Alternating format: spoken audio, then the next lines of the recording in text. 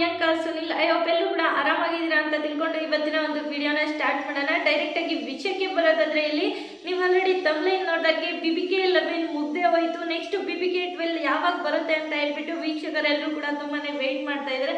So BBK12 ಬರೋಕ್ಕೂ ಮುಂಚೆನೆ ಇವಾಗ ಒಂದು ಕುತೂಹಲ ಆಗ್ತಿರೋದಂದ್ರೆ, ಕುತೂಹಲ ಏನಂದ್ರೆ BBK12 ಯಾರು ನಡೆಸ್ಕೊಡ್ಬೋದು ಅಂತ ಹೇಳ್ಬಿಟ್ಟು. ಯಾಕಂದ್ರೆ 1ನೇ ಸೀಸನ್ ಇಂದ ಹಿಡಿದು ಇಲ್ಲಿ ಸುದೀಪ್ ಅಣ್ಣ ಅವರು ಬರ್ತಾರೋ ಇಲ್ವೋ ಅಂತ ಹೇಳ್ಬಿಟ್ಟು ಕುತೂಹಲ ಜಾಸ್ತಿನೇ ಇದೆ.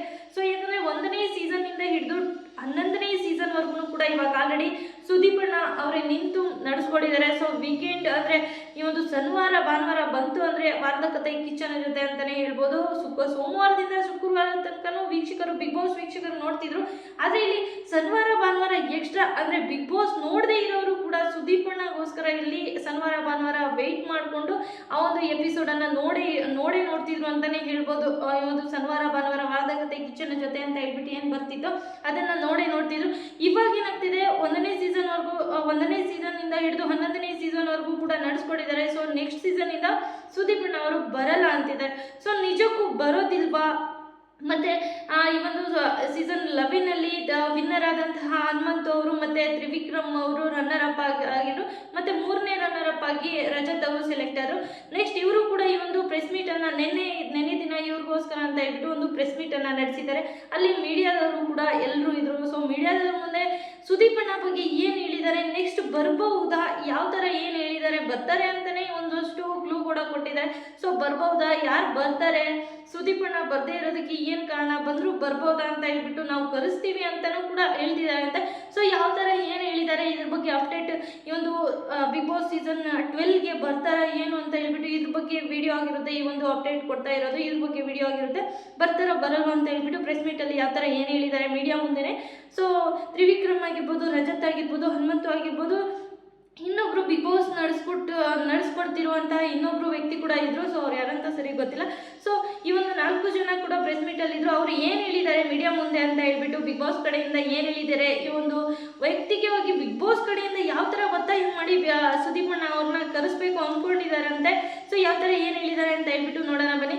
ಮೊದಲಿಗೆ ನೋಡೋದಾದ್ರೆ, ಈ ಒಂದು BBK11 ಮನೆಯ ಒಂದು ಕೊನೆಯ ದಿನ ವಿನ್ನರ್ ಯಾರಾಗ್ಬೋದು ಅಂತ ಹೇಳ್ಬಿಟ್ಟು ವಿನ್ನರ್ ಅನ್ನ ಅನೌನ್ಸ್ ಮಾಡುವ ದಿನ ಏನಾಯ್ತು, ಈ ಒಂದು ಸುದೀಪ್ ಅಣ್ಣ ಕಣ್ಣಲ್ಲಿ ನೀರು ಬಂತು ಅಂತ ಹೇಳ್ಬಿಟ್ಟು ನೀವು ಕೂಡ ನೋಡೇ ಇರ್ತೀರ. ಕೊನೆಯ ದಿನ ಎಪಿಸೋಡ್ ಅನ್ನ ಮಿಸ್ ಮಾಡ್ಕೊಂಡೇ ಇರಲ್ಲ ಯಾರೂ ಕೂಡ. ಸೊ ಯಾಕಂದ್ರೆ ಸೀಸನ್ 11ನ ಒಂದು ಕೊನೆಯ ಸೀಸನ್ ಸುದೀಪ್ ಅಣ್ಣ ಅವ್ರದ್ದು ಅಂತಾನೂ ಕೂಡ ಹೇಳ್ತಿದ್ದಾರೆ. ಸೊ ಅದಕ್ಕೋಸ್ಕರನೂ ಇಲ್ಲಿ ಸುದೀಪ್ ಅಣ್ಣ ಅವ್ರನ್ನ ಮಿಸ್ ಮಾಡ್ಕೊಂಡಾದ್ರೂ ಸುಮಾರು ನೋಡಿರ್ತಾರೆ. ಹಾಗೇನೆ ಅದ್ರ ಜೊತೆಗೆ ಈ ಒಂದು ಅಮ್ಮ ಮಗನ ಪ್ರೀತಿ, ಅಮ್ಮನನ್ನ ನೆನೆಸ್ಕೊಂಡು ಈ ಒಂದು ಯೋಗರಾಜ್ ಭಟ್ ಅವರು ಕೂಡ ಸ್ಟೇಜ್ ಮೇಲೆ ಬಂದಿದ್ರು. BBK11 ಸ್ಟೇಜ್ ಮೇಲೆ ಬಂದ್ಬಿಟ್ಟು ಇಲ್ಲಿ ಒಂದು ಕಾಣಿಕೆ ಅಂತ ಹೇಳ್ಬಿಟ್ಟು ಹೇಳಿದ್ರು ಸುದೀಪ್ ಅಣ್ಣ ಅವ್ರಿಗೆ. ನೀವೇ ವೀಕ್ಷಕರು ಎಲ್ಲರೂ ಕೂಡ ಯಾವ ತರ ಕೂತಿದ್ದಾರೆ, ನೀವು ಅಲ್ಲಿಗೆ ಹೋಗಿ ಕೂತ್ಕೊಂಡು ನೋಡಿ ಅಂತ ಹೇಳ್ಬಿಟ್ಟು ಯೋಗರಾಜ್ ಭಟ್ ಅವರು ಹೇಳಿದ್ರು. ಸೊ ಒಂದು ಡ್ಯಾನ್ಸ್ ಮೂಲಕ ಒಂದು ಅಮ್ಮನನ್ನ ನೆನೆಸ್ಕೊಂಡು ಇಲ್ಲಿ ಆ ಒಂದು ಡ್ಯಾನ್ಸ್ ಅಲ್ಲಿ ಅಮ್ಮ ಮಗ ಯಾವ ತರ ಇದು ಮಾಡಿದ್ರು ಅಂತ ಹೇಳ್ಬಿಟ್ಟು ಈ ಒಂದು ಡ್ಯಾನ್ಸ್ ತುಂಬಾನೇ ಇಷ್ಟ ಆಯಿತು ಅಂತ ಹೇಳ್ಬಿಟ್ಟು ಕೂಡ ಸುದೀಪ್ ಅಣ್ಣ ಅವ್ರು ಹೇಳಿದ್ರು. ಅದನ್ನ ಅಮ್ಮನನ್ನ ನೆನೆಸ್ಕೊಂಡು ಇಲ್ಲಿ ಕಣ್ಣೀರು ಹಾಕಿದ್ರು. ಅದೇ ಒಂದು BBK11 ಒಂದು ಫಿನಾಲೆ ಏನು ವಿನ್ನರ್ ಅನೌನ್ಸ್ ಮಾಡುವ ದಿನಾನೇ ಇಲ್ಲಿ ಸುದೀಪ್ ಅಣ್ಣ ಅವರ ಮಗಳು ಮತ್ತೆ ಅಪ್ಪ ಕೂಡ ಬಂದಿದ್ರು. ಅವರು ಕೂಡ ಒಂದು ಏನು ಅಮ್ಮ ಮಗನ ಒಂದು ಡ್ಯಾನ್ಸ್ ಅನ್ನ ಮಾಡಿದ್ರಲ್ಲ, ಅದನ್ನ ನೋಡಿ ತುಂಬಾನೇ ಕಣ್ಣೀರಿಟ್ಬಿಟ್ರು ಅಂತಾನೆ ಹೇಳ್ಬೋದು.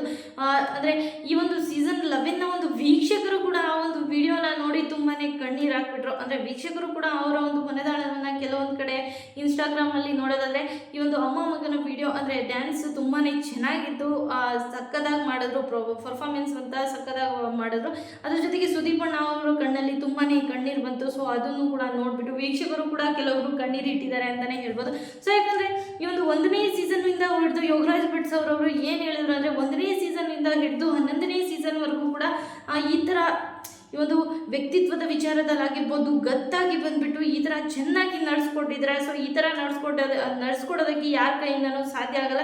ಇಲ್ಲಿವರೆಗೂ ಕೂಡ ಬಂದಿದ್ದಾರೆ, ನಿಮಗೋಸ್ಕರ ಒಂದು ಕಾಣಿಕೆ ಅಂತ ಹೇಳ್ಬಿಟ್ಟು ಈ ಒಂದು ಡ್ಯಾನ್ಸ್ ಅನ್ನ ಅಮ್ಮ ಮಗನ ಒಂದು ಇದು ಮಾಡ್ತಾರೆ. ಸೊ ಎಲ್ಲರೂ ಕೂಡ ಕಣ್ಣಿರುತ್ತಾರೆ. ಅಲ್ಲಿ ಸ್ಪರ್ಧಿಗಳು ಕೂತಿರುವಂತಹ ಸ್ಪರ್ಧಿಗಳು, ವೀಕ್ಷಕರು, BBK11 ಒಂದು ಮನೆಯಲ್ಲಿರುವ ಸ್ಪರ್ಧಿಗಳ ಅಪ್ಪ ಅಮ್ಮ ಎಲ್ಲರೂ ಕೂಡ ಬಂದಿರ್ತಾರೆ. ಅವರ ಕಣ್ಣಲ್ಲೂ ಕೂಡ ಸುದೀಪ್ ಅಣ್ಣ ಅವರ ಕಣ್ಣಲ್ಲಿ ನೀರು ಬಂದ ತಕ್ಷಣ ಅವರು ಕೂಡ ಕಣ್ಣೀರು ಹಾಕೋದಕ್ಕೆ ಸ್ಟಾರ್ಟ್ ಮಾಡ್ಕೊಳ್ತಾರೆ. ನೆಕ್ಸ್ಟ್ ಇಲ್ಲಿ ಯೋಗರಾಜ್ ಭಟ್ ಸರ್ ಅವರ ಕೈಯಿಂದನೇ ಒಂದು ಕಾಣಿಕೆ ತರ ಒಂದು ಫೋಟೋ ಫ್ರೇಮ್ ಅನ್ನ ಮಾಡಿಸಿದ್ರು. ಅದನ್ನ ಸುದೀಪ್ ಅಣ್ಣ ಅವರ ಕೈಗೆ ಕೊಡ್ತಾರೆ. ಅದನ್ನು ಕೂಡ ನೋಡಿ ತುಂಬಾನೇ ನೋವು ಪಡ್ಕೊಳ್ತಾರೆ. ಸೊ ಯಾಕಂದ್ರೆ ಆ ಒಂದು ಫೋಟೋ ಫ್ರೇಮ್ ಅಲ್ಲಿ ಅಮ್ಮ ಮಗ ಅಂದ್ರೆ ಸುದೀಪ್ ಅಣ್ಣ ಮತ್ತೆ ಸುದೀಪ್ ಅಣ್ಣ ಅವರ ಅಮ್ಮ ಇಬ್ರು ಕೂಡ ಒಂದು ಚಿಕ್ಕ ಪಾಪು ಇದ್ದಾಗ ಯಾವ ತರ ಇದ್ರು ಸುದೀಪ್ ಅಣ್ಣ ಆ ತರ ಒಂದು ಫೋಟೋದಿಂದ ಹಿಡಿದು ದೊಡ್ಡವರಾಗ ತನಕ ಯಾವ ತರ ಇದ್ರು ಅಮ್ಮನ ಜೊತೆ ಅಂತ ಹೇಳ್ಬಿಟ್ಟು ಆ ಒಂದು ಫೋಟೋ ಫ್ರೇಮ್ ಅನ್ನ ಮಾಡಿಸಿ ಕೊಟ್ಟಿರ್ತಾರೆ.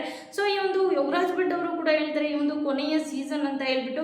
ಸೊ ವೀಕ್ಷಕರು ಕೂಡ ತುಂಬಾನೇ ಕಣ್ಣೀರಾಗ್ತಾ ಇರ್ತಾರೆ. ವೀಕ್ಷಕರು ಅಂದ್ರೆ ಒಂದು BBK 11 ಒಂದು ಫಿನಾಲೆ ವಾರಕ್ಕೆ ಯಾರೆಲ್ಲ ಅಲ್ಲಿ ನೆರೆದಿದ್ರು ಮತ್ತೆ ಈ ಒಂದು ಸ್ಪರ್ಧಿಗಳ ಅಪ್ಪ ಅಮ್ಮ ಯಾರೆಲ್ಲ ಬಂದಿದ್ರು, ಫ್ಯಾಮಿಲಿದವರು ಯಾರೆಲ್ಲ ಬಂದಿದ್ರು ಅವರು ಕೂಡ ಒಂದು ಫೋಟೋ ಫ್ರೇಮ್ ಆಗಿರ್ಬೋದು, ಆ ಒಂದು ಅಮ್ಮ ಮಗನ ಒಂದು ಡ್ಯಾನ್ಸ್ ಪರ್ಫಾರ್ಮೆನ್ಸ್ ಅನ್ನ ನೋಡಿ ಎಲ್ಲರೂ ಕೂಡ ಒಂದು ಸೆಕೆಂಡ್ ಎಲ್ಲರೂ ಕೂಡ ಕಣ್ಣೀರು ಇರ್ತಾರೆ. ಅವರ ಸುದೀಪಣ್ಣ ಅವರ ಅಪ್ಪ ಆಗಿರ್ಬೋದು, ಮಗಳಾಗಿರ್ಬೋದು, ಎಲ್ಲರೂ ಯೋಗರಾಜ್ ಭಟ್ ಅವರ ಕಣ್ಣಲ್ಲೂ ಕೂಡ ಒಂದು ಸ್ವಲ್ಪ ಕಣ್ಣೀರು ಬರುತ್ತೆ ಅಂತಾನೆ ಹೇಳ್ಬೋದು.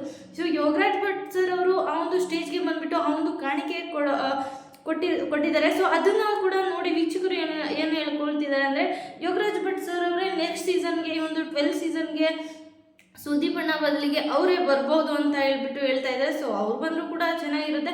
ಅಂದರೆ ಸುದೀಪ್ ಅಣ್ಣ ಥರ ಯಾರು ಕೂಡ ಮಾತಾಡೋದಕ್ಕೆ ಸಾಧ್ಯನೇ ಇಲ್ಲ. ಅವರ ಒಂದು ವಾಯ್ಸನ್ನು ವೀಕ್ಷಕರು ತುಂಬಾ ಮಿಸ್ ಮಾಡ್ಕೊಳ್ತಾರೆ 100% ಅಂತಲೇ ಹೇಳ್ಬೋದು. ಸೊ ಯಾಕಂದರೆ BBK 11 ಮನೆಯ ಒಂದು ಕಳೆ ಬರೋದು ಸುದೀಪ್ ಅಣ್ಣ ಇಂದಾನೆ ಅಂತಲೇ ಹೇಳ್ಬೋದು. ಸೊ ನೀವೇನಂತೀರ ಕಮೆಂಟ್ ಮೂಲಕ ತಿಳಿಸಿ. ಈ ಒಂದು ಕಳೆ ಅಂತ ಬರೋದು ಸುದೀಪ್ ಅಣ್ಣ ಇದ್ದರೆ ಮಾತ್ರ ಅಂತಲೇ ಹೇಳ್ಬೋದು. ಸುದೀಪ್ ಅಣ್ಣ ಇಲ್ಲದೆ ಹೋದರೆ ವೀಕ್ಷಕರು ಯಾರು ಕೂಡ ನೋಡೋದೇ ಇಲ್ಲ ಅಂತಲೇ ಹೇಳ್ಬೋದು.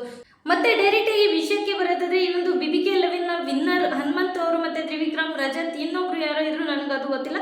ಸೊ ಆ ಒಂದು ಪ್ರೆಸ್ ಮೀಟ್ ಅಂತ ಮಾಡಿರ್ತಾರೆ, ಮೀಡಿಯಾದವರು ಎಲ್ಲರೂ ಇರ್ತಾರೆ. ಅಲ್ಲಿ ಮೀಡಿಯಾದವರು ಕೇಳಿರ್ತಾರೆ ಸೊ ಏನಂತ ಈ ಒಂದು BBK 11 1ನೇ ಸೀಸನ್ ಇಂದ ಹಿಡಿದು 11ವರೆಗೂ ಕೂಡ ಸುದೀಪ್ ಅಣ್ಣ ಅವರೇ ನಡೆಸ್ಕೊಟ್ಟಿದ್ದಾರೆ. ಸೊ ನೆಕ್ಸ್ಟ್ ಸೀಸನ್ಗೆ ಬರಲ್ಲ ಅಂತಿದ್ದಾರಲ್ಲ, ನಿಜಕ್ಕೂ ಇದು ನಿಜಾನ ಸುಳ್ಳು ಅಂತ ಹೇಳ್ಬಿಟ್ಟು ಸೊ BBK 11 ಒಂದು BBK ಬಿಗ್ ಬಾಸ್ನ ಕಡೆಯಿಂದ ಯಾವ ಥರ ಏನು ಉತ್ತರ ಕೊಟ್ಟಿದ್ದಾರೆ, ಸೊ ಮೀಡಿಯಾದವ್ರಿಗೆ ಯಾವ ಥರ ಉತ್ತರವನ್ನು ಕೊಟ್ಟಿದ್ದಾರೆ, ಸೊ ಸುದೀಪ್ ಅಣ್ಣ ಅವರು ಬರ್ತಾರೋ ಇಲ್ವೋ ಅಂತ ಹೇಳ್ಬಿಟ್ಟು ಯಾವ ಥರ ಉತ್ತರ ಕೊಟ್ಟಿದ್ದಾರೆ ಅಂತ ಹೇಳ್ಬಿಟ್ಟು ನೋಡೋದಾದ್ರೆ ಬಿಗ್ ಬಾಸ್ ಮನೆಗೆ ಒಂದು ಕಳೆ ಅಂತ ಬರೋದೆ ಸುದೀಪ್ ಅಣ್ಣ ಅವರಿಂದ, ಸುದೀಪ್ ಸರಿಂದ.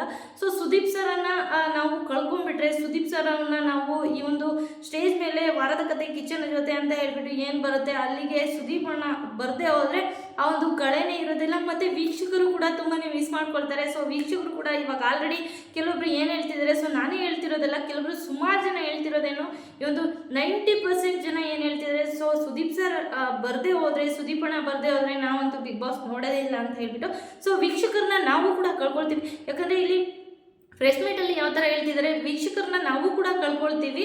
ಹಾಗೆ ವೀಕ್ಷಕರು ಕೂಡ ನೋಡೋದಕ್ಕೆ ಬಿಗ್ ಬಾಸ್ ಇಷ್ಟಪಡಲ್ಲ. BBK 11 1ನೇ ಸೀಸನ್ವರೆಗೂ ಕೂಡ 1ನೇ ಸೀಸನ್ನಿಂದ ಒಂದು 11ನೇ ಸೀಸನ್ವರೆಗೂ ಕೂಡ ಸುದೀಪ್ ಅಣ್ಣ ಇರೋದ್ರಿಂದನೇ ವೀಕ್ಷಕರು ಈ ಒಂದು ಶನಿವಾರ ಭಾನುವಾರ ತಪ್ಪದೇ ನೋಡ್ತಾರೆ. ಬಿಗ್ ಬಾಸ್ ನೋಡದೇ ಇರೋರು ಕೂಡ ಶನಿವಾರ ಭಾನುವಾರ ನೋಡ್ತಾರೆ ವಾರದ ಕತೆ ಕಿಚನ್ ಜೊತೆ ಅಂತ ಬಂದಾಗ. ಸೊ ಇವಾಗ ಸುದೀಪ್ ಸರೇ ಬರದೇ ಹೋದರೆ ನಮಗೆ ತುಂಬಾ ಇದಾಗುತ್ತೆ ಅಂತ ಹೇಳ್ಬಿಟ್ಟು ಹೇಳ್ತಿದ್ರು ಪ್ರೆಸ್ ಮೀಟಲ್ಲಿ. ಅದ್ರ ಜೊತೆಗೆ ನಾವು ಕನ್ವಿನ್ಸ್ ಮಾಡಿ ಇದು ಮಾಡ್ತೀವಿ, ಬಿಗ್ ಬಾಸ್ ಕಡೆಯಿಂದ ಯಾವ ಥರ ಪ್ರಯತ್ನ ಮಾಡಬೇಕೋ ಅಷ್ಟು ಪ್ರಯತ್ನ ಮಾಡ್ತೀವಿ ಅವ್ರನ್ನ BBK 12ಗೆ ಕರೆಯೋದಕ್ಕೆ. ಬಿಗ್ ಬಾಸ್ ಕನ್ನಡ ಸೀಸನ್ 12ಕ್ಕೆ ಯಾವ ಥರ ಪ್ರಯತ್ನ ಮಾಡಬೇಕು ಆ ಥರ ಎಲ್ಲ ಪ್ರಯತ್ನ ಮಾಡ್ತೀವಿ ಅವ್ರನ್ನ ಒಂದು ಸ್ಟೇಜ್ ಮೇಲೆ ಕರೆದುಕೊಳ್ಳೋಕ್ಕೆ. ಮತ್ತು ಈ ಒಂದು ಯಾವ ಥರ 1ನೇ ಸೀಸನ್ನಿಂದ ಹಿಡಿದು 11ನೇ ಸೀಸನ್ವರೆಗೂ ಕೂಡ ಯಾವ ಥರ ನಡೆಸ್ಕೊಟ್ರು ಮತ್ತು ಇವರೇ ನಡೆಸ್ಕೊಡ್ಲಿ ಅಂತ ಹೇಳ್ಬಿಟ್ಟು ನಾವು ಕೂಡ ದೇವರಲ್ಲಿ ಬೇಡ್ಕೊಳ್ತೀವಿ. ಆ ಒಂದು ಮನ್ಸು ಅವ್ರಿಗೆ ಬರಲಿ, 12ಗೂ ಕೂಡ ನಾನು ಹೋಗಬೇಕು ಅನ್ನೋ ಮನಸ್ಸು ಬರಲಿ ಅಂತ ಹೇಳ್ಬಿಟ್ಟು ದೇವರ ಹತ್ರ ಕೂಡ ಪ್ರಾರ್ಥನೆ ಮಾಡ್ಕೊಳ್ತೀವಿ. ಹಾಗೆ ಎಷ್ಟು ಪ್ರಯತ್ನ ಪಟ್ಟು ಕರಿಬೇಕು ಅಷ್ಟು ಪ್ರಯತ್ನ ಪಡ್ತೀವಿ.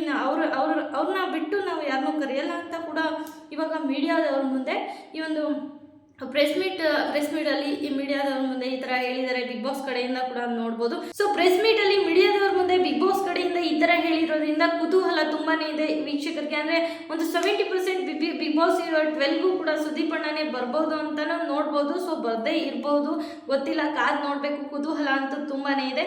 ಸೊ ಎಷ್ಟು ಪ್ರಯತ್ನ ಪಡಬೇಕು ನಾವು ಅಷ್ಟು ಪ್ರಯತ್ನ ಪಟ್ಟು ಕರೆಸೋದಕ್ಕೆ ನಾವು ಎಷ್ಟು ಪ್ರಯತ್ನ ಪಡಬೇಕು ಅಷ್ಟು ಪಡ್ತೀವಿ ಅಂತ ಹೇಳ್ಬಿಟ್ಟು ಕೂಡ ಬಿಗ್ ಬಾಸ್ ಕಡೆಯಿಂದ ಹೇಳಿರೋದ್ರಿಂದ ಸೊ ಬಂದರೂ ಬರ್ಬೋದು, ಹೇಳೋಕ್ಕಾಗಲ್ಲ ಅಂತಲೇ ನೋಡ್ಬೋದು. ಸೊ ಸುದೀಪ್ ಅಣ್ಣ ಏನು ಬರೋದೇ ಇಲ್ಲ ಅಂತಾರೋ ಇಲ್ಲ ಬರ್ತೀನಿ ಆಯಿತು ಅಂತ ಹೇಳ್ಬಿಟ್ಟು ಹೇಳ್ತಾರೋ ಅಂತ ಹೇಳ್ಬಿಟ್ಟು ಕುತೂಹಲ ತುಂಬಾ ಇದೆ. ಅಂದರೆ ಈ ಒಂದು ಬಿಗ್ ಬಾಸ್ ಮನೆಗೆ ಸುದೀಪ್ ಅಣ್ಣ ಇಲ್ಲದೆ ಹೋದರೆ ಕಳೆನೇ ಇಲ್ಲ ಅಂತ ಹೇಳ್ಬಿಟ್ಟು ನೋಡ್ಬೋದು. ಸೊ ಯಾಕಂದರೆ ವೀಕ್ಷಕರ ಮಾತು ಕೂಡ ಈ ಥರನೇ ಇರುತ್ತೆ ಅಂತಲೇ ಹೇಳ್ಬೋದು. ಸೊ ಇದ್ರ ಬಗ್ಗೆ ನಿಮ್ಗೆ ಏನು ಅನಿಸುತ್ತೆ ಅಂತ ಹೇಳ್ಬಿಟ್ಟು ಕಮೆಂಟ್ ಮೂಲಕ ತಿಳಿಸಿ.